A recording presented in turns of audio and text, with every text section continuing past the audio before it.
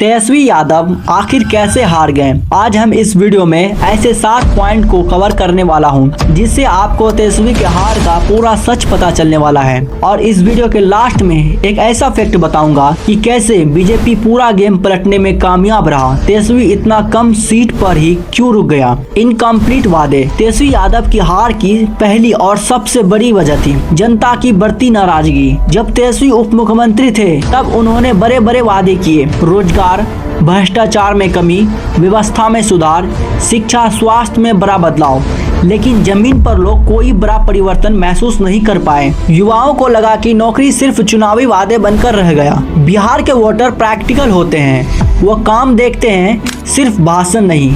और यही भरोसे की कमी तेजस्वी के खिलाफ हो गई। नीतीश कुमार का पॉलिटिकल पावर। इस चुनाव का दूसरा सबसे बड़ा फैक्टर था नीतीश कुमार का राजनीतिक खेल। नीतीश कुमार ने समय, परिस्थिति और मौके को समझकर सही दिशा में कदम उठाए। वो अनुभवी छवि के साथ चुनाव में उतरे जो सीधा तेजस्वी को युवा छवि पर भारी पड़ गया। साथ ही नीतीश का लगातार गठबंधन बदलना भले जनता को भ्रमित करे, लेकिन इनका एक फायदा हुआ, बीजेपी और जेडीयू का वोट एकजुट हुआ, जबकि आरजेडी के वादे में बिखराव आया। तेजस्वी ने यूथ बेसेस बनाए लेकिन नीतीश का मुकाबला नहीं कर पाया। BJP strategy.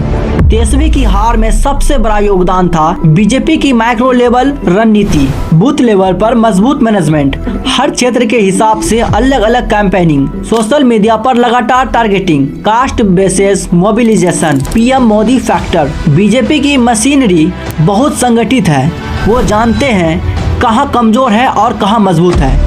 जिस सीट पर आरजेडी मजबूत थी वहां भी बीजेपी ने हर वोट के लिए लड़ाई की। उधर आरजेडी की ऑनलाइन स्ट्रेटजी कमजोर रही। वोट बैंक यादव मुस्लिम। आरजेडी का पारंपरिक वोट बैंक माना जाता है यादव प्लस मुस्लिम, लेकिन इस चुनाव में दोनों ही समुदाय में थोड़ा सा बदलाव हुआ। कई छोटे दलों ने यादव और मुस्लिम वोटों को काटे।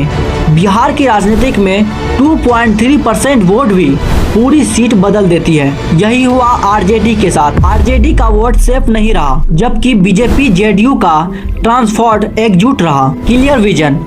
तेजस्वी की सबसे बड़ी कमजोरी थी भरोसे और स्पष्ट विजन की कमी। उनके भाषण जोरदार थे, भीड़ भी आती थी, लेकिन जब जनता से पूछा गया तेजस्वी किस मुद्दे पर सरकार चलाएगी तो जवाब उतना स्पष्ट नहीं मिला।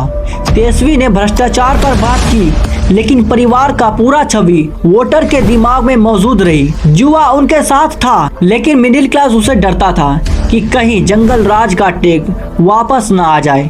यही डर वोट को दूसरी तरफ ले गया। Candidate selection. आरजेडी की अंदरूनी समस्या। कई सीटों पर आरजेडी ने कमजोर उम्मीदवार को उतार दिए।